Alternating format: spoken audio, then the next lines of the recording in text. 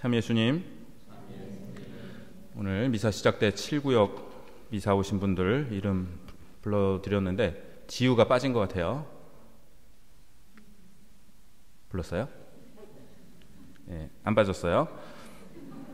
오늘 이렇게 또 학생들이 많이 나왔는데 계약 안 하고 계속 이렇게 같이 미사 드릴 수 있으면 좋겠다는 생각이 듭니다.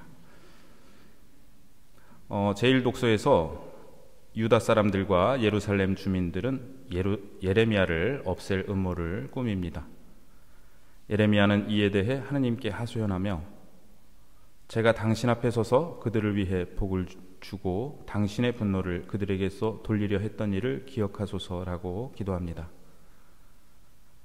복음에서 예수님께서는 세 번째이자 마지막으로 당신의 순환과 부활을 예고하시는데요. 예레미야와 비슷한 처지에 계신 예수님께서는 그러나 아버지 저 사람들을 용서하여 주십시오라고 기도하실 것입니다. 예수님의 순환 예고 중 세 번째가 가장 구체적인데요. 사람의 아들은 수석 사제들과 율법 학자들에게 넘겨지고 그들은 사형을 선고하고 다른 민족 사람들에게 넘겨 조롱하고 채찍질하고 나서 십자가에 못 박게 할 것이다. 하나하나가 모욕적이고 극심한 고통이 따르는 일입니다. 그런데 이 예고를 하실 때에 제베데오의 두 아들, 즉 야고보와 요한의 어머니가 아들들과 함께 예수님께 다가와 엎드려 절하고 청합니다. 저의 두 아들이 당신 나라에서 하나는 당신 오른쪽에 하나는 왼쪽에 앉을 것이라고 말해 주십시오. 제가 신학교에서 1학년 담임을 몇 년간 했는데요. 첫 해에는 신입생이 24명이었습니다. 그때에는 1학년끼리만 영성관이라는 건물을 따로 사용하고 있었는데 신학교에 들어오는 날 부모님 차로 짐을 가져오는데 고급 승용차도 있었고 화물용 트럭도 있었습니다. 너무 비교가 되는 것 같아서 황급히 나가 차를 영성관에 대지 말고 신학교 운동장에 대고 짐을 거기서 들고 오라고 말했습니다. 1학년들이라 많이 안쓰러우셔서 개학 후에 부모님이 택배로 간식을 보내시는 경우가 있었는데 신학생들에게 어떤 간식이 오든지 무조건 24등분 해서 먹는다. 보내시려면 24인분을 보내시라고 해라 라고 말했습니다. 그런데 어느 날 학생들 몇 명이 방에서 나오는데 입에서 뭘 우물거리고 있었습니다. 알고 보니 한 학생이 받은 간식을 친한 친구 몇 명만 불러서 몰래 빈 방에서 먹고 나오던 길이었습니다. 저는 정말이지 너무나 실망했습니다. 그렇게 공동체성을 강조하고 너희가 서로 형제라고 말해왔는데 너무나 속이 상했습니다. 그때 그 학생은 우리 교구는 아니었고요. 또 나중에 다른 일로 신학교를 그만두기는 하였습니다. 오늘 복음을 읽으며 그때 생각이 나는데요. 전혀 그 학생 비난하려고 그런 게 아니라 그런 생각의 차이에 대한 말씀을 이제 드리려고 생각이 났다는 얘기입니다.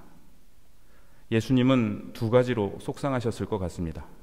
하나는 당신의 순환 예고에 아랑곳하지 않는 제자들의 태도입니다. 두 번째는 여태껏 당신께서 강조해 오신 것을 송두리째 부정하는 제자들의 자세입니다. 어제 복음에서도 예수님은 너희의 스승님은 한 분뿐이시고 너희는 모두 형제다라고 말씀하셨습니다. 그런데 당신께서 부르실 때 곧바로 배와 아버지를 버려두고 당신을 따랐던 두 제자가 어디선가 갑자기 어머니를 데리고 와서 자기들만 따로 출세시켜달라고 부탁합니다.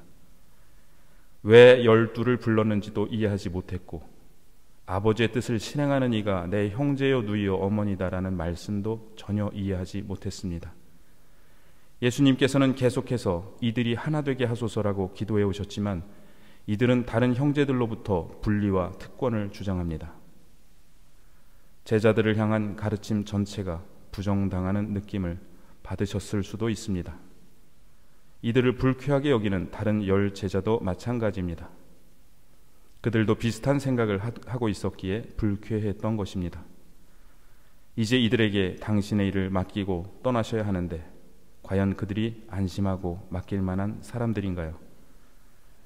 그러나 예수님은 제자들을 혼내지 않으시고 타이르시며 말씀하십니다. 높은 사람이 되려는 이는 섬기는 사람이 되어야 한다. 첫째가 되려는 이는 너희의 종이 되어야 한다. 사람의 아들도 섬김을 받으러 온 것이 아니라 섬기러 왔고 또 많은 이들의 몸값으로 자기 목숨을 바치러 왔다.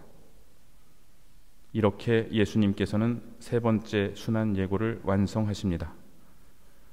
지금은 이해를 하지 못하고 있는 제자들이 당신의 순환과 부활 이후 이 가르침을 깨닫기를, 당신이 목숨을 바치는 이유가 섬김의 끝에서 일어난 일이라는 것을 나중에라도 깨닫기를 바라시며 당신의 목숨과도 같은 제자들에게 마지막 가르침을 주십니다.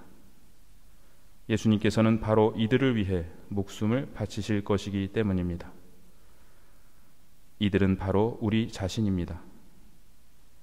우리는 과연 예수님을 왜 따르고 있고 예수님께 무엇을 청하고 있습니까? 야고보와 요한의 어머니는 시리아 페니키아 여인과 비교됩니다. 이 여인은 자녀들의 빵을 집어 강아지들에게 던져주는 것은 좋지 않다는 말씀을 들으면서도 주님께 매달렸고 보는 이에게 감동을 주고 귀감이 되었습니다. 그러나 야고보와 요한의 어머니는 다른 제자들이 듣고 불쾌해할 청을 합니다. 우리가 하느님께 드리는 청이 다 좋은 것은 아닙니다. 간절히 청해야 할 것이 있고 간절히 청하지 말아야 할 것이 있습니다. 혹시 내가 지금 드리고 있는 청은 남들이 알면 귀감이 될 만한 것인가요? 아니면 남들이 알면 불쾌해야 할 것인가요?